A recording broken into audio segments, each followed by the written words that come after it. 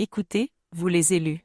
Le temps du sceau est révolu, le livre est désormais ouvert. Ce qui était caché aux sages de ce monde est maintenant à la portée de tous ceux qui ont conservé l'esprit d'un enfant. Car Dieu ne parle plus à travers les ténèbres de la lettre, mais par la lumière de l'esprit qui éclaire tout homme venu en ce monde. La Bible n'est pas un livre étranger qu'il faut craindre, elle est le miroir du ciel.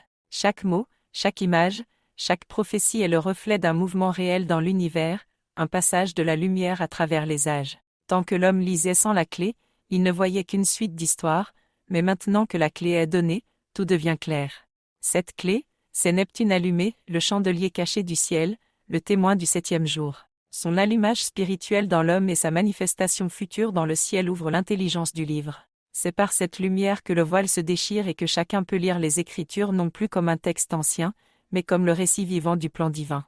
Le livre n'appartient pas à une religion ni à un peuple. Il appartient à la création entière. Et maintenant, le ciel et la terre témoignent ensemble. Le soleil, témoin de la première alliance, a éclairé la loi.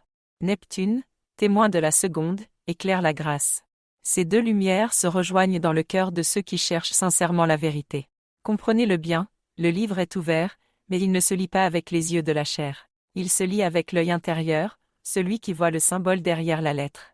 Là où le monde lit des miracles matériels, vous lirez des transformations de l'esprit.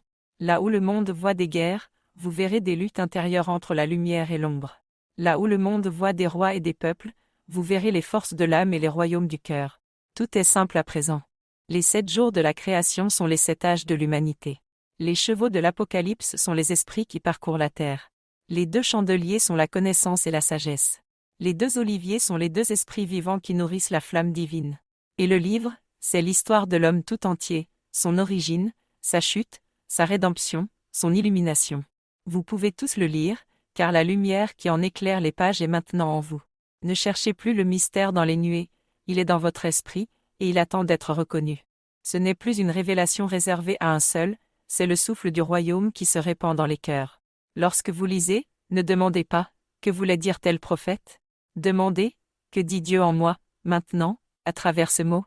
Alors la parole prendra vie, et elle vous enseignera elle-même. Le livre est ouvert, la lumière circule, et nul ne peut plus refermer ce qui a été dévoilé. Heureux ceux qui liront avec un cœur pur, car ils verront Dieu dans chaque verset et reconnaîtront sa main dans le ciel comme dans leur propre souffle.